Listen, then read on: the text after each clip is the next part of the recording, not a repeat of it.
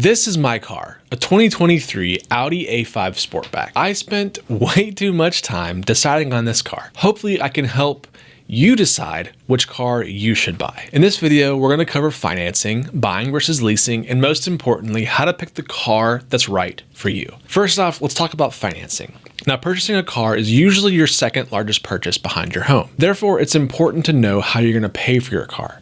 For my car, I initially received a pre-approval from my bank to determine what I could spend and how much my monthly payment was going to be.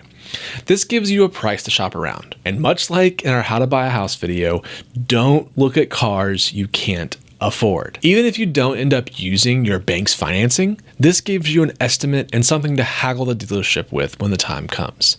In that same vein, if you are going to pay cash for your vehicle, then stay strong and only shop for exactly what you can afford. So what about leasing a vehicle? Now, I'm not an expert in finance, but the ethos I would follow when it comes to leasing versus buying is if you want to switch out cars every couple years and you can afford the lease payment, then go for it. Just know that the vehicle is not yours, and that alone would cause me too much stress if something were to happen to my car. Let's talk about how to look for a new car. Now, since you're watching this video, I'm going to assume that you have questions about finding the most rational and efficient way to buy a car. If this is you, then hi, my name is Keith, and we should be friends. When it comes to shopping for cars, I would start at AutoTrader. Now, I'm not paid to say that, but I find their interface to be the most user-friendly and easiest to filter.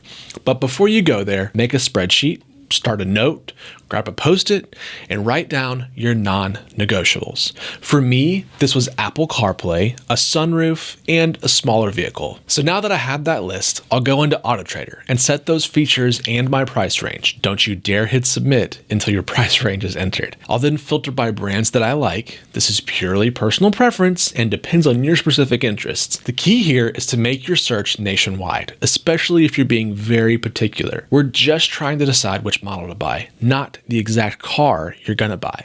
So now's the fun part, looking at all the cars that you may want to buy. Don't forget to add your price range. Okay, so back to reality.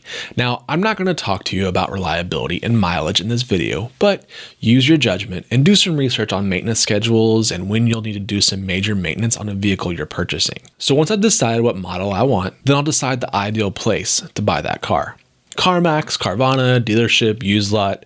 If you're like me, which if you've made it this far, you probably are, you'll be constantly searching AutoTrader for that model until the perfect one comes up for sale.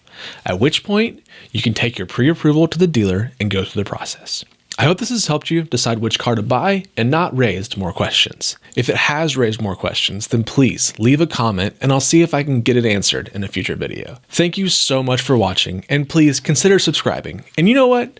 Tell your brother-in-law to check us out because we hear he's a really cool guy. See you next time.